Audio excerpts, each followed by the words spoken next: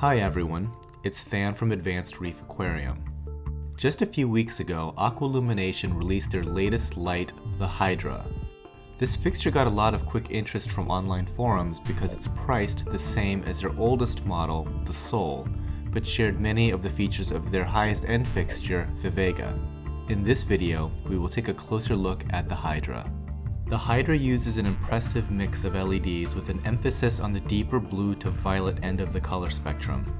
It has white, red, and green, but what really sets it apart from AI's other fixtures is the lack of a standard blue in favor of two different near UV bulbs. The Hydra is a lower profile unit than the Sol, but not quite as thin as the Vega. It seems to have the same heatsink as the Sol. Also, making a reappearance are the mounting screws that were absent from the Vega. The box claims that the Hydra is compatible with their EXT mounting system, although the heatsinks lack the special notches that allow the EXT rail to slide in seamlessly. Another noticeable difference between the Hydra and past fixtures are the optics and layout of the LEDs. The LEDs are arranged in 4 separate pucks like the Vega, but are turned 45 degrees. Also, they have a frosted look to further diffuse the light. One important distinction between this light and past lights is that it's not customizable. The Vega, for example, has the option of swapping out pucks with your own custom blend of LEDs. The Hydra is fixed, but they selected very popular choices. So, ready to see it on a tank? Well, we're not. First, we have to update the firmware on the controller.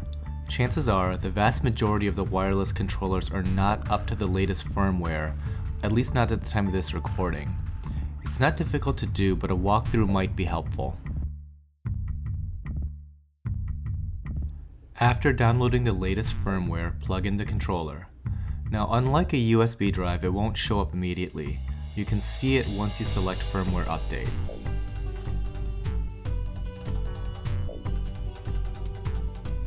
Once the controller appears, you want to delete the old firmware file and copy over the latest firmware. The firmware is a binary file ending with a .bin.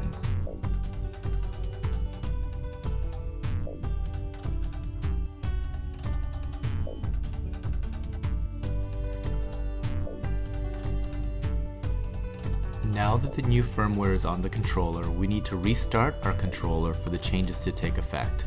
Just unplug it and plug it back in to power cycle the unit. When it starts back up, it will be running the latest firmware.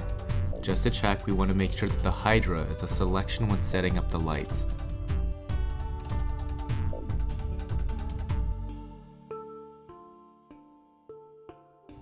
Another noticeable change from the original firmware is that the list view is now gone in favor of an icon view. Now that we finally have our lights set up, let's load up a program and see its effect over an actual tank. This program is their default, which at its brightest is 80% across all of the colors.